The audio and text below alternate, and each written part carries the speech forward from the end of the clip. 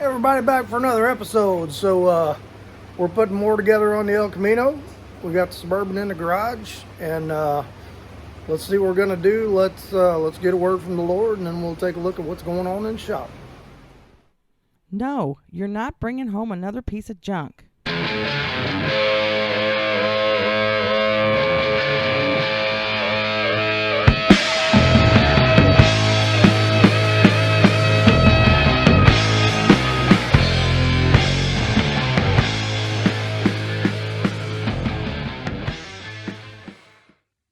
All right. Good morning, everybody. We are rolling along on this next episode, getting ready to and putting more of this car together, and got some good stuff coming up. But let's first get into the Word of God. Looking for what to do for a message today. When I was at church yesterday, our pastor was his message was one that generally, as Christians, we don't like to hear too much, and that was the message of obedience with our finances. And that one can rub a lot of people the wrong way. And there was some things that happened in mine and Alicia's life with regards to obedience with our finances that I thought is a good thing to share. So I thought I would share this. It's a very important message. Like I said, a lot of people don't like to hear it. A lot of non-believers that we run into, or people that are, kind of raised in church but don't go to church anymore. One of the main excuses you will hear is, well, every time I go, they preach about money and they just want my money, and that's not it. I mean, it can feel that way sometimes, but that's not it. A church should be, as we are obedient with our money, our church should also be obedient with the money that we give to them, obedient to the Lord. And our church and churches I've gone to have what they call an open budget, where the budget is published every quarter or every month, or and budget meetings are open to the congregation if they want to go. And you can kind of see all the details, how much is going to salary of the ministers, and how much is going to missions, and the type of missions, and how much is going to taking care of the building, keeping the lights on, paying the janitorial staff, that kind of thing. So for me, that's I know that resource is there if I want to utilize it. I generally don't. I've been with my church for a long time, and I trust that they're going to be obedient with the funds that the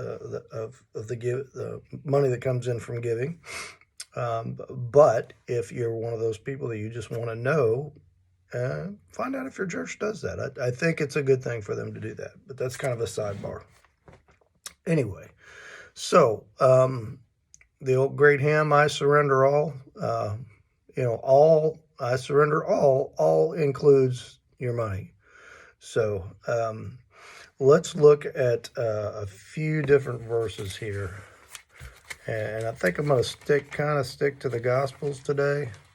So let's look at Luke 9:23. There's 9. I marked a bunch of them. I didn't mark that one. Luke 9:23, and he was saying to them, this is Jesus saying, if anyone wishes to come after me, let him deny himself and take up his cross daily and follow me. I need to understand that I need to hold on to those things in my life loosely. We think about the story of the rich young ruler that came to Jesus and, said, hey, I follow all the rules. I do all this stuff. I take care of the poor. I'm a good guy. And what did Jesus say to him? Sell all of your stuff, all of your earthly goods, and come follow me. And he didn't do it. He went away kind of brokenhearted because he was so rich. He held on to that stuff tighter than what he thought. And So that very, very sad story, I think. But anyway, so let's go on. It says, what does God say about our financial resources? So let's look at Matthew here. This is Matthew 6:19 through 21. Do not lay up for yourselves treasure on earth where moth and rust destroy. All you car guys, that rust word ought to get you. And where thieves break in and steal. Same thing.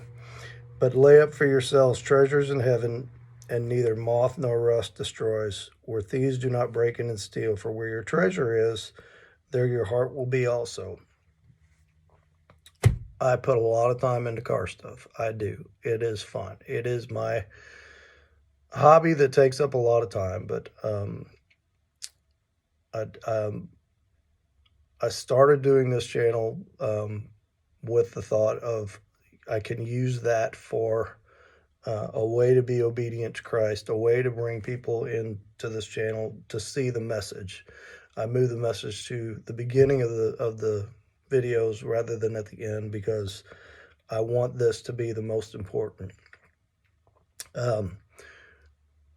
My brother is 8 years older than me and is in very, very poor health, and there's not much physically he can do anymore.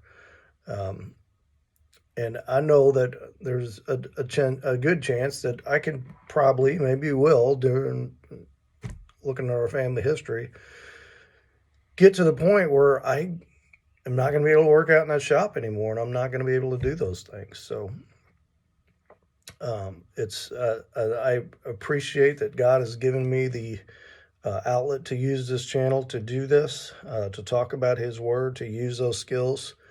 But when push comes to shove, at the end of the day, when those skills are gone and I can't physically do it anymore, this is the most important part. That's just stuff. I've had hundreds of projects over the years that have been done and gone out the door, and one of them is going to be the last one. I don't know which one. Maybe I'll work another 10 years, maybe 20 years. Who knows? That's up to God. But this is the most important. Okay, so what does yielding our finances to God mean? Let's look at Acts 20:35. 20:35. In everything I showed you, that by working hard in this manner you must help the weak, and remember the words of the Lord Jesus, that He Himself said, it is more blessing to give than receive. When I give that money to my church, or giving it to God, whatever church you go to, maybe you don't give to a church, maybe you give to charities or whatever. That is my way of helping the poor and helping the weak, knowing that the people that I give it to have the resources to do that on a much larger scale than what I could. Number 3, how do we present ourselves to obedience with our financial resources? Let's look at Luke 6:38. 6:38. Given it will be given to you, good measure, pressed down, shaken together, running over, they will pour into your lap. For by your standard of measure, it will be measured to you in return. Story behind that verse, when my wife and I first met, she had 2 teenagers, I had 2 teenagers. Neither one of us were big church givers. I was the throw the $10, $20 bill in the basket when it came by guy, even though I was making pretty good money. She was kind of the same. When we were going to church one time and we heard this message, not at the church we go to now, it was at a different church, we were both convicted that we need to give what God expects, and that is the first 10%, and that is the minimum of what we should give. And we sat down and looked at our finances and said, that's a lot of money. That's going to hurt. But we gave because we were convicted by the Holy Spirit that we needed to do that. And I'm going to tell you, we never missed that money. We never came up short on our bills. We didn't stop having fun, and over the years, God has been so rewarded us both so much with good careers, good jobs, um, good financial situation that has allowed us to give even more.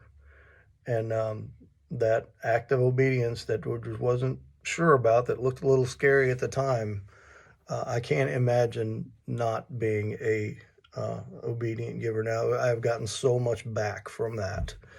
Um, so I just want to encourage you, if that's where you're at, if you know, and I'm kind of talking to church people here. So maybe if you're the person that is the regular giver, 10%, you give what the Bible commands. I just want to encourage you to pray about that and say, Lord, is there something else you want me to do? Is there a charity you want me to give to? Is when this annual donation that our church does for a ministry comes up, do you want me to give some more to that? Pray about that. If you're the guy that I was before, the $5, $10 in the basket, I want to. First of all, I just want to tell you that to pray about that and try to make that decision. If you financially can, or get yourself in that direction to be able to give to give that 10%. And I promise you, the Lord will take care of you for doing that. And if you are the person that is not giving at all, or maybe giving every once in a while, just want to encourage you to give something. Start with that middle thing. Start with that $5 a week or $10 a paycheck or something, and work on gradually increasing that up to the point where you're obedient to giving what God commands us to. And this is not giving our money to the church because the church is greedy. This is our being obedient and giving those resources to people who have more resources to go out and do those things of helping people and doing missions and spreading the word for God and that kind of thing. So anyway, that's I went a little long on that message, so I hope you enjoy that. And let's have a quick word of prayer and we'll be out of here. Father, I just thank you for today, and thank you for prompting me and my wife to be obedient givers, and the rewards that we have that have come from that. And I just want to pray for everyone out there who may be struggling with that same decision, that you would answer them and come alongside them and work with them to get to that point also. And we ask this in the precious name of your Son, Jesus. Amen. All right, let's go shop. All right, today mostly was kind of getting this thing in the shop, getting it organized, and I did some cleaning in here. So it's out of my wife's driveway. She's very happy, and we'll be getting on it later. So on this thing, I didn't do a whole lot today, just threw a few parts on it. Transmission lines, transmission pan, bolted a few things on the engine. Really getting an idea of all the things that are missing. There's just a lot of small stuff that got lost with this car when it was at that shop. All the shift linkage is gone. The accelerator pedal's gone. The accelerator cable is gone. The power steering pump brackets are gone. The AC brackets are gone. We got two different air boxes for this thing. This one was kind of an old spare one.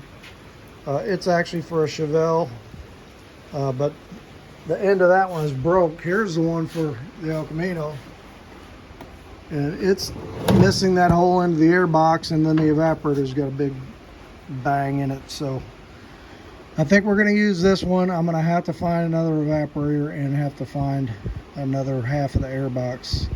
So we'll look to changing the whole thing out with like a vintage air system, but man, that is a lot of freaking money. A lot of money. So we're going to try to make what we got work.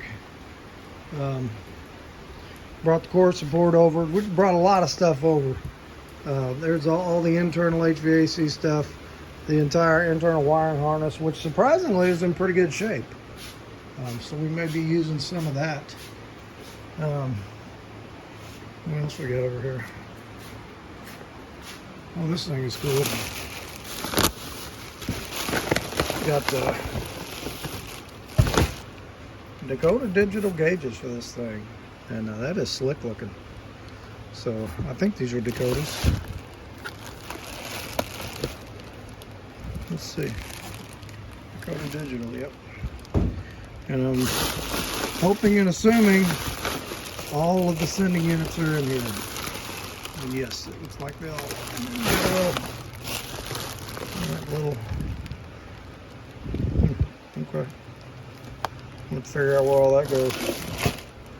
And we got this, which is going to save my butt on some things, I think. I'm figuring out how some of this stuff goes together. All right, so plan here is tomorrow I think we're going to start looking at some wiring stuff. I've got to order stuff before I can put any more on the motor. Headers are on their way.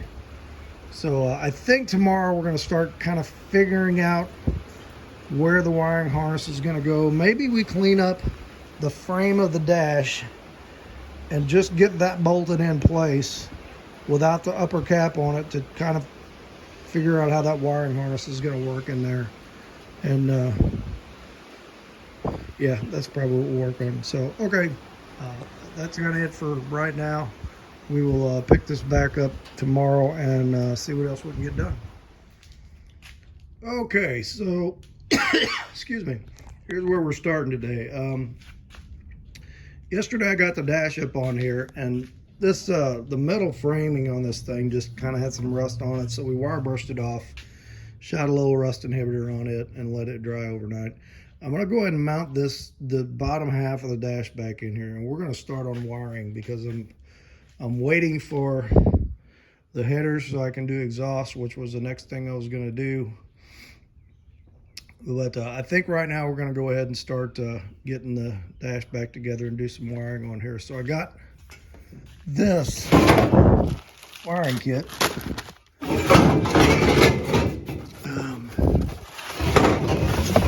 Brand this is. This is a painless or what it is. Who's this come from? Top End Performance. Okay. Well, from Johnny Lala Motors. All right, we're going to give this a shot. Now, this is supposed to be kind of a GM kit. You can see it's got the plugs in there. That's a GM steering column plug for sure.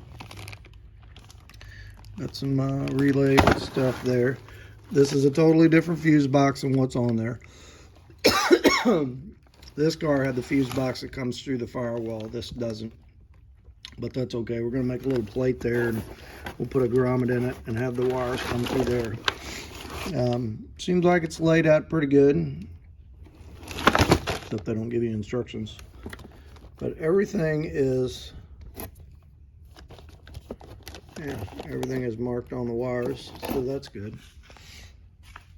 Now, I had the factory wiring diagrams for this car. I printed them out online. And then here is the old interior harness. And honestly, the wires on this thing are not in that bad of shape. They're not stiff, and they're not cracking anywhere. And there's some plugs on here like this that are, you got to use this, you know. So we're going to do a combination of, we're going to lay this out. We're going to lay that new wiring harness out. We're going to pull the wiring diagrams out. And I want to use as much of the new harness as I can. But some of these things we're going to have to go back with. And, you know, there's your old fuse box with the doodad that came through the firewall. So we'll have to block that off. Do that different. But there's like brackets in here we need. Here's the temperature controls. We're going to need that. There's, you know, a lot of this is vacuum. We're going to figure all that out. I got vacuum diagrams too.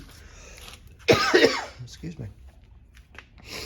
The inside air box. I went ahead and ordered a new heater core because we're just going to start with a new heater core and not even mess with is that one any good or not. And then I've got a new evaporator box coming. You can buy that brand new from Speedway, so that one is pretty crumbly. We're going to change that out. So try to do all this stuff, get it wired. There's the little hole.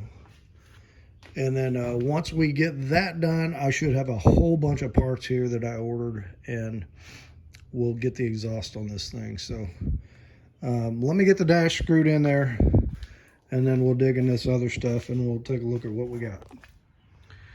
Okay, so we got the shell of the dash up in there, and had to dig up a bunch of screws to get it in there. Of course, the original ones aren't around anywhere, but that's all right. So that's looking pretty good, and now I'm gonna go ahead and let's go ahead and get this up there and just kind of get it separated and see what we got. And then I'm going to pull out the that replacement harness and the wiring diagram and just kind of see what we got to do here. Another thing, I'm going to have to get the headlight switch. That thing was completely stuck. So all right, let me get all this on the table and we'll take a look. Okay, so the hardest part of this is going to be, where do we start? So I've got all my wiring diagrams here. These are the factory diagrams. Even got the vacuum diagram for the HVAC. So the car itself is wired pretty simplistically as far as cars go. I mean, it's a heck of a lot less wiring than that wagon was. But once again, I'm hitting this wall that I am just missing so many things. The ignition switch on the column is missing, and it's got some little dinky screws that go with it that they're not in there either.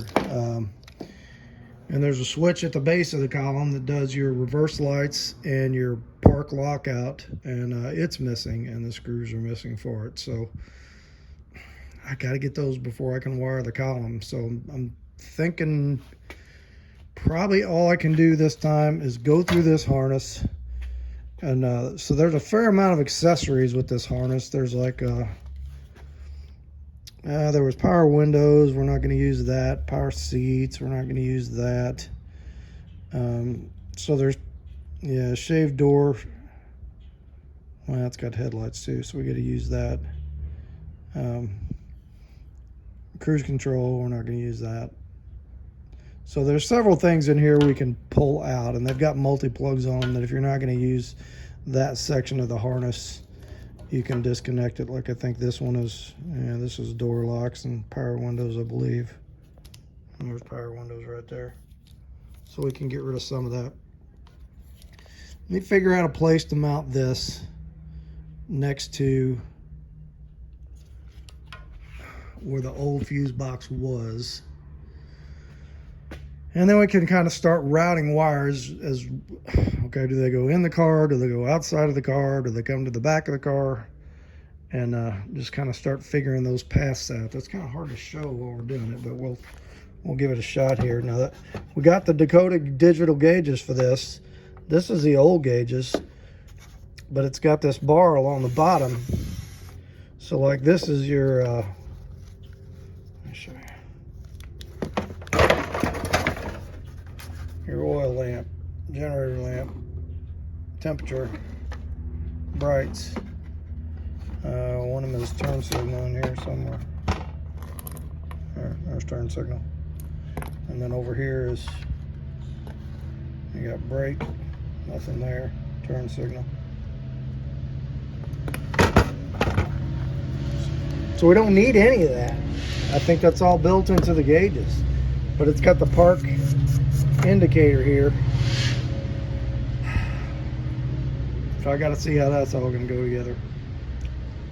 All right, let me figure out where I'm going to, let me get rid of the parts of the harness that I'm not sure about, or that I know we're not going to need.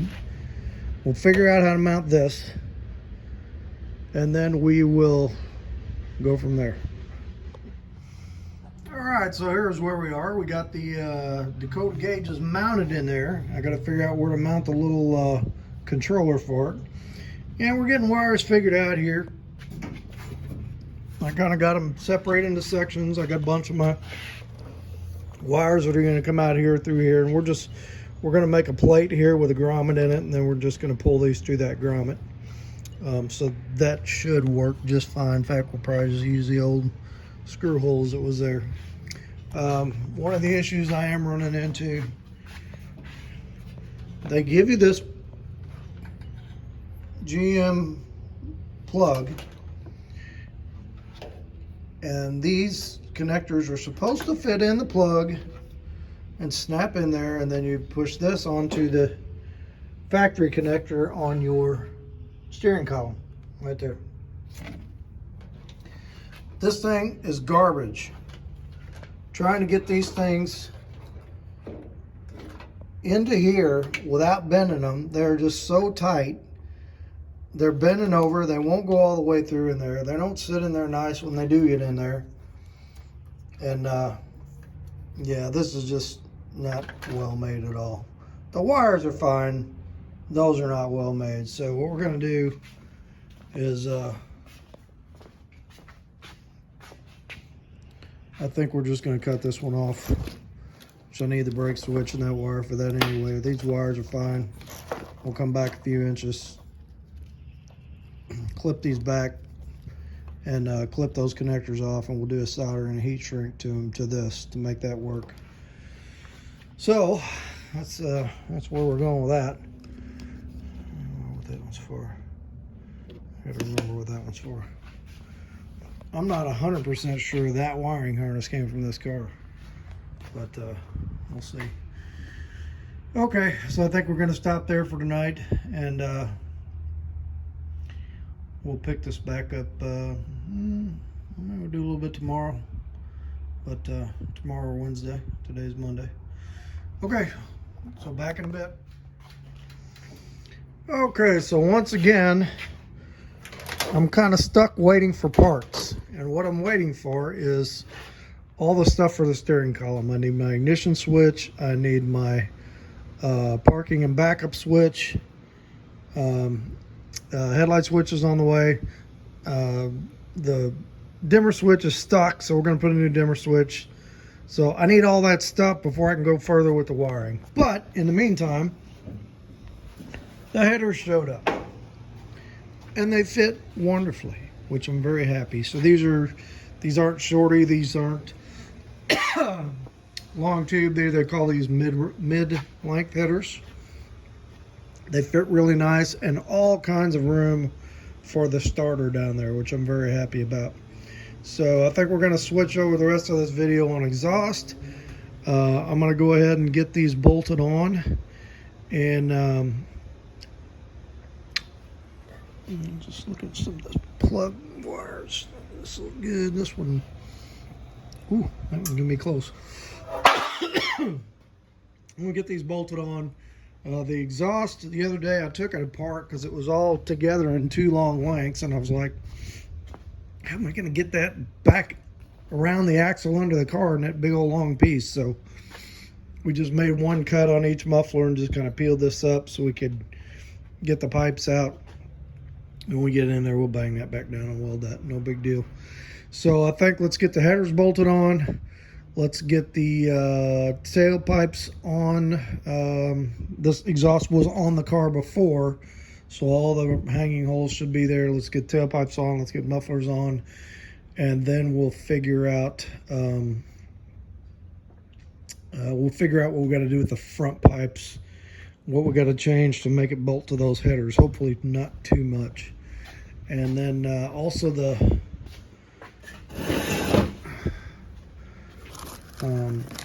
transmission yoke showed up for the Turbo 400.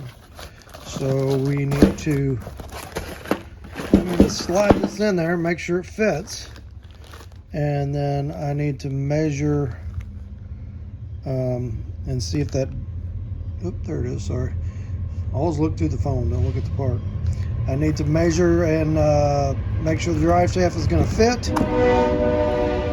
We'll slap new U-joints in it. I got bolts for the torque converter. We didn't have those. So all kinds of stuff going on here.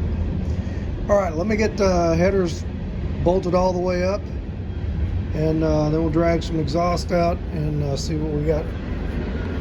See what we got going on under there. Okay, so we're gonna pause there for tonight. So I got the headers bolted on.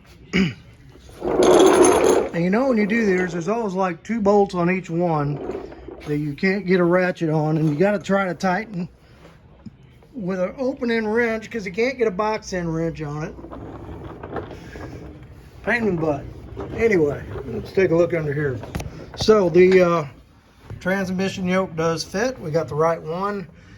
The drive shaft for this does not fit. It is 53 inches center to center. This is 59 inches, so I'm thinking this probably had a long shaft turbo 350, and this is a short shaft turbo 400, is what I believe is going on. Anyway, we got one side of the exhaust on. She's bolted up on the tailpipe back here. I just got the pipe slid into the muffler to kind of size things up.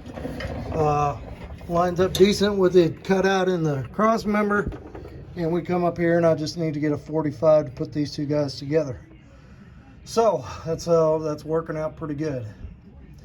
All right, well, I think we're gonna hang it up for there tonight, and probably stop and get that 45 tomorrow, and see if we can get that side wrapped up, and then start looking at the other side. So we're rolling along here. I got more parts rolling in every day. So all right, we'll pick this up tomorrow. All right, so I went by the parts store, picked up a 45. I had to trim this a little, but this will fit good, and hook that exhaust up to that header. I got a little bit of a gap here. I don't know if you can see that. This stuff, anybody who's watched Bad Chad is watching MIG weld with coat hangers. I forgot where I got this, but this is suspended ceiling wire. So if you got the drop ceiling and you need the wire to hold the grid up, that's what this is. And there's a light gauge and heavy gauge. I got a spool of both. This stuff welds amazing as far as using for filler wire.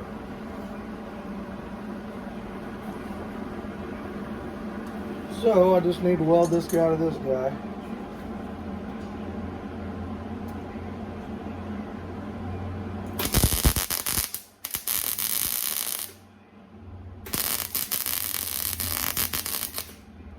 Nice that sounds.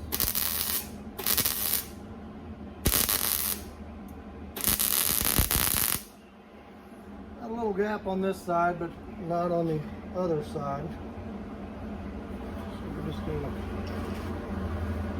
do the old make it fit.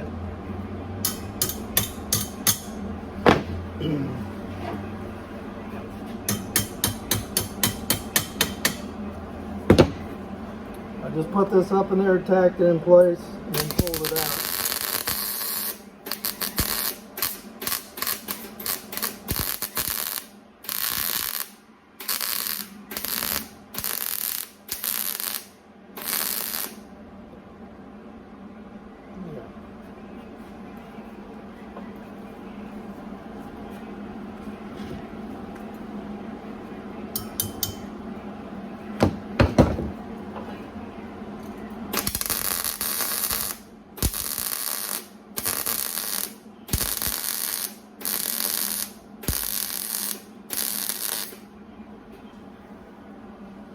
I like the sound of that sizzle.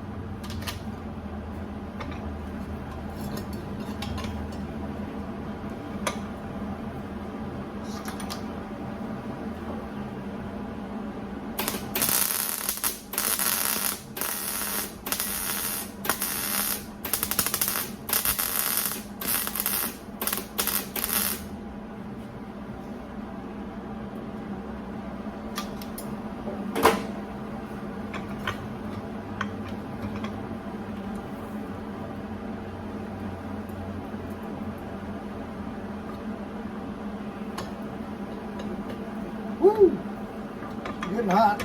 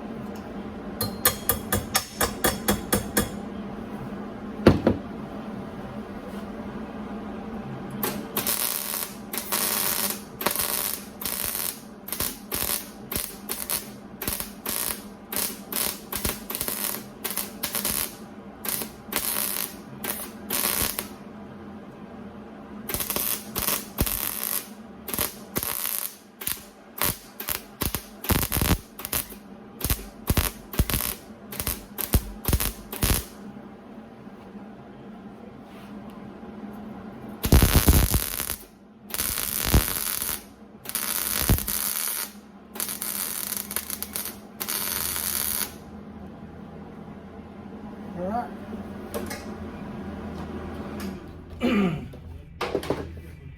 It filled in really good. So let's let that dude cool off. We'll get this one bolted up in there.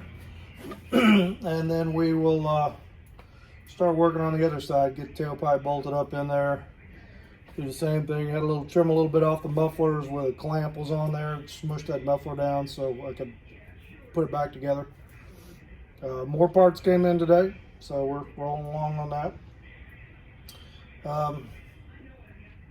Okay, so let me do a couple things and we'll check back.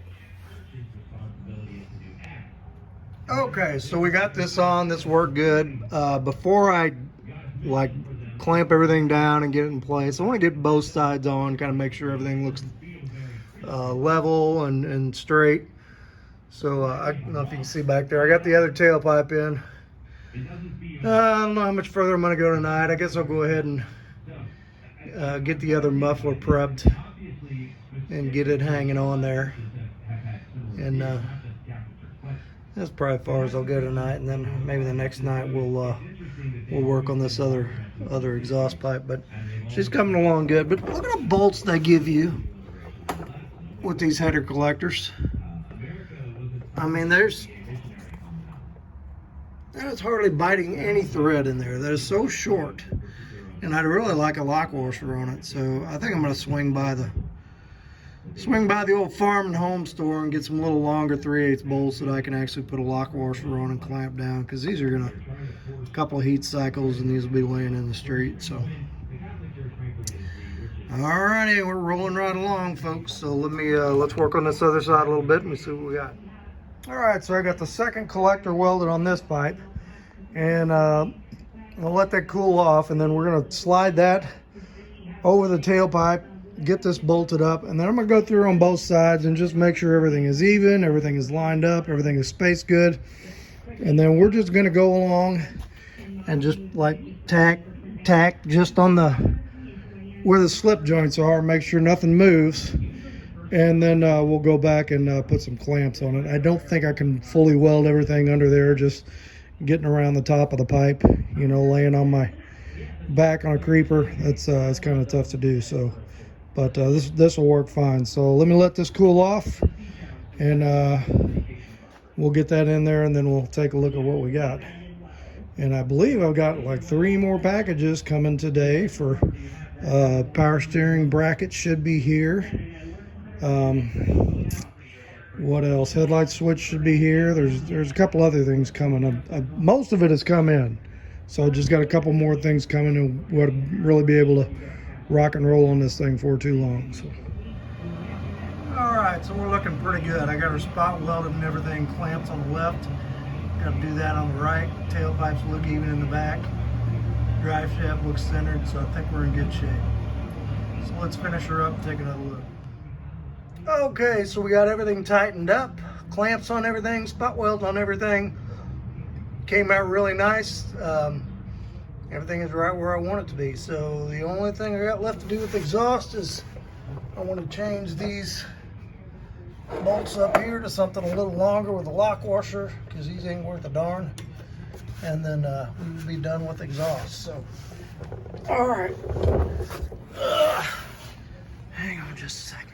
Okay, so next thing, I think we're going to end the video right here. Got quite a bit done on this one. Next thing I think we're going to do is I want to go ahead and finish this wiring up. To do that, I got to pull the column back out. We got to get the ignition switch on the column.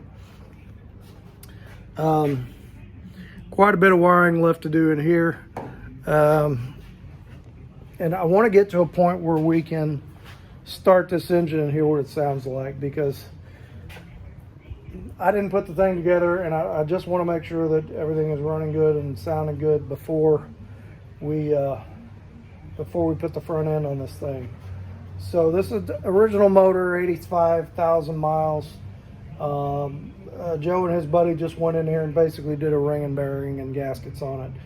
Original cam and lifters that did change timing chain and gear on it. So rings, bearings, gaskets, oil pump. And that's pretty much, I think they did valve seals on it too. So just want to hear it run. Just want to hear it run. Make sure it's right. Okay, so that'll be it for this one. Make sure you hit like, hit subscribe, leave a comment, and we will catch you on the next one.